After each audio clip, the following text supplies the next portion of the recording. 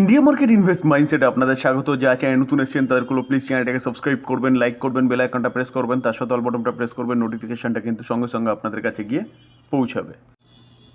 Jio financial service, দেখুন কোম্পানিটাকে দেখলে দেখাবে আজকের দিনে কোম্পানিটা 2%-এর উপর একটা আফসাইড মুভমেন্ট দেখাচ্ছে।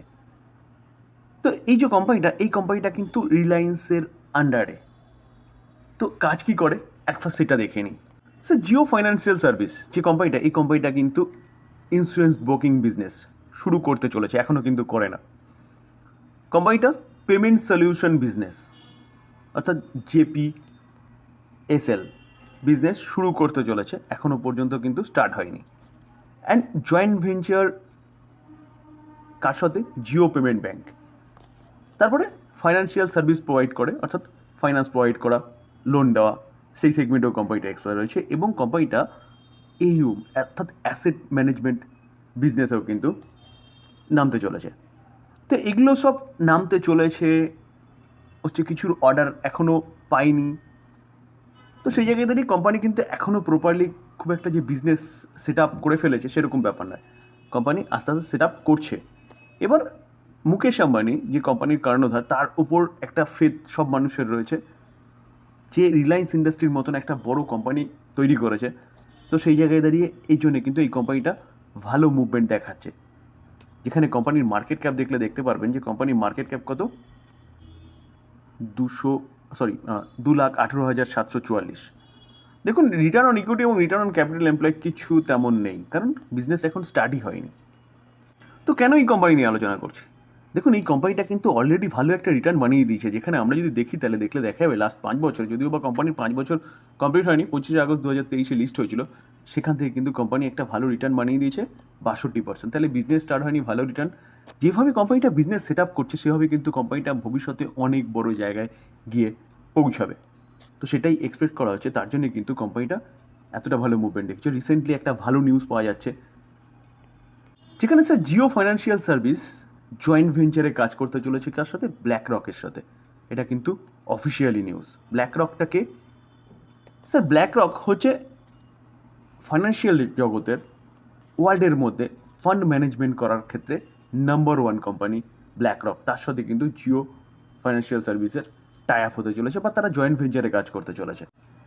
এই আর্টিকেল দেখলে দেখা যাবে, দেখুন, Jio financial service BlackRock from joint venture for investment advisory service.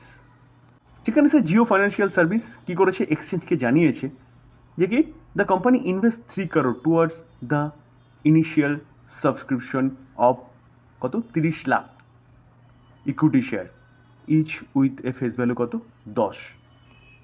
যেটা স্যার আমি ফার্স্টেই বলেছি যে যে ব্ল্যাক রক দেখতে পাচ্ছেন না, এটা কিন্তু ফাইন্যান্সিয়াল জগতের একটা হাতি। তার সাথে টাই আপ করছে মানে মানে এই জিও ফাইন্যান্সিয়াল সার্ভিস কিন্তু ভালো বিজনেস সেট আপ করতে চলেছে।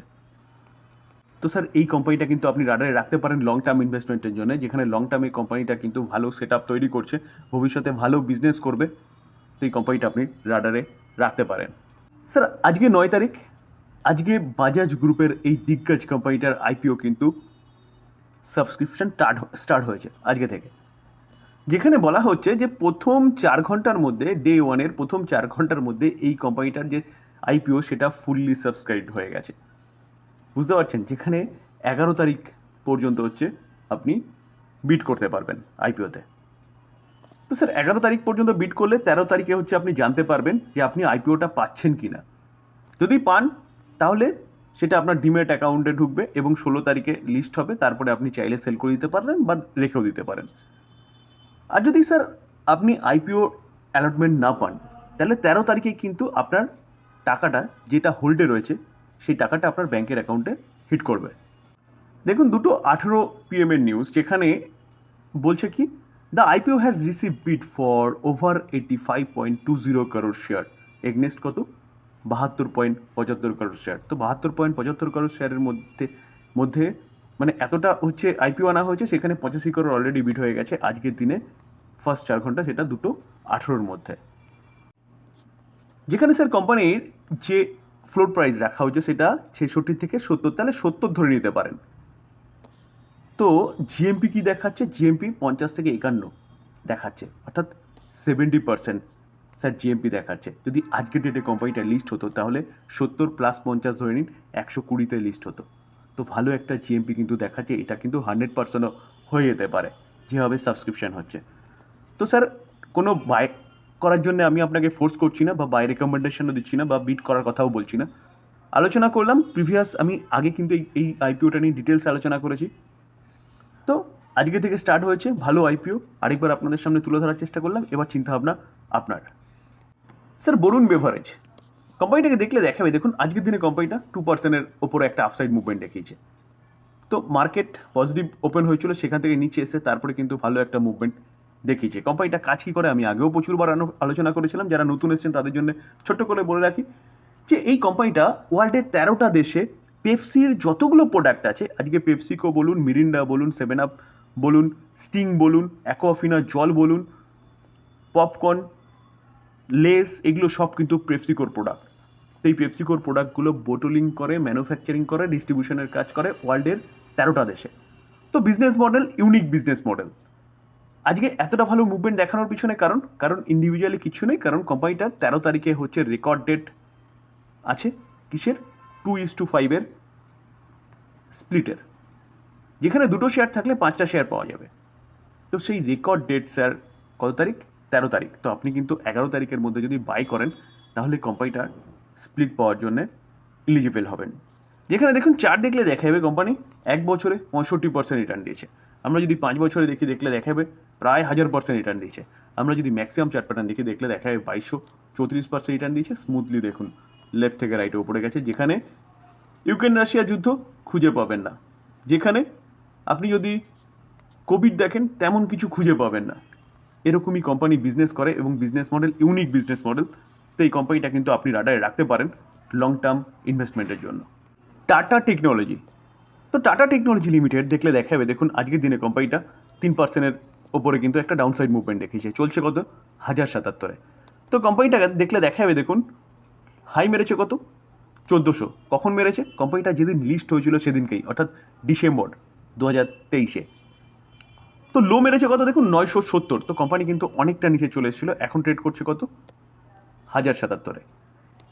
তো কোম্পানিটা কাজ কী করে দেখুন স্যার, ইঞ্জিনিয়ারিং সেগমেন্টে সফটওয়্যার প্রোভাইড করে, বিশেষ করে অটো সেগমেন্টে কিন্তু এই কোম্পানিটার বেশি এক্সপোজার রয়েছে। তো স্যার এই কোম্পানিটা নিয়ে কিন্তু একটা ভালো নিউজও পাওয়া যাচ্ছে, যেখানে কোম্পানি যদি বিজনেস বলেন, বিজনেস কিন্তু ফিউচার ওরিয়েন্টেড বিজনেস, যেখানে এখন সফটওয়্যার বেসিস কিন্তু কাজ চলছে অটো সেক্টরে। তো কোম্পানিটা অটো সেক্টরে ব্যাপক এক্সপোজার রয়েছে। তো বিজনেস ঠিকঠাক আছে, কিন্তু কোম্পানিটা নিচে এসছে কেন, নিচে আসার পিছনে কারণ হায়ার ভ্যালুয়েশন। যেখানে কোম্পানিটার ফ্লোর প্রাইস রাখা হয়েছিল কত 500, লিস্ট হয়েছিল কত, লিস্ট হয়েছিল 1200-তে, সেখান থেকে 1400-তে গেছিলো।